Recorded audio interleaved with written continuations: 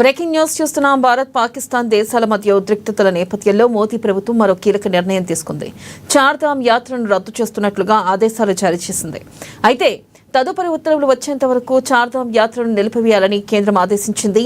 ఇటీవల ఉత్తరాఖండ్లోని దేవాలయాలు తలుపులు తెరుచుకున్నాయి.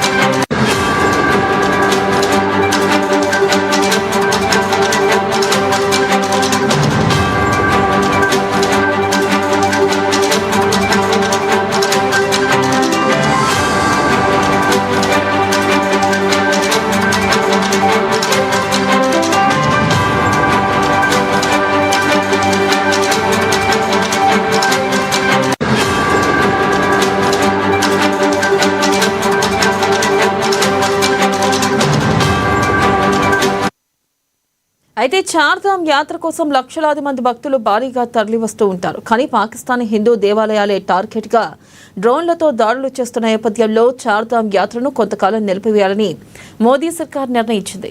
బద్రీనాథ్, కేదార్నాథ్, గంగోత్రి, యమునోత్రికి వెళ్లే భక్తులు తమ ప్రయాణాలను ప్రస్తుతం వాయిదా వేసుకోవాలని సూచించింది. తదుపరి ఉత్తర్వులు వచ్చే వరకు చార్ధామ్ యాత్ర కొనసాగించవద్దని వెల్లడించింది. అలాగే అక్కడ హెలికాప్టర్ సేవలను కూడా రద్దు చేస్తున్నట్లు ప్రకటించింది.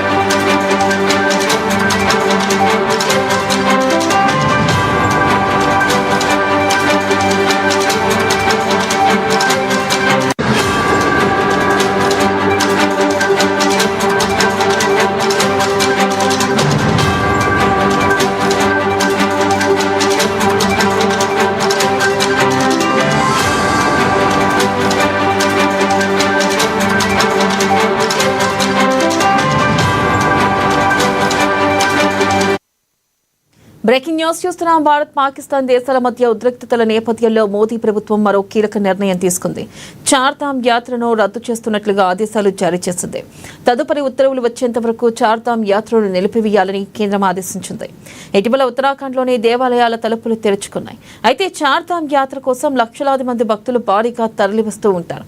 కానీ పాకిస్తాన్ హిందూ దేవాలయాలే టార్గెట్గా డ్రోన్లతో దాడులు చేస్తున్న నేపథ్యంలో చార్ధామ్ యాత్రను కొంతకాలం నిలిపివేయాలని మోదీ సర్కార్ నిర్ణయించింది.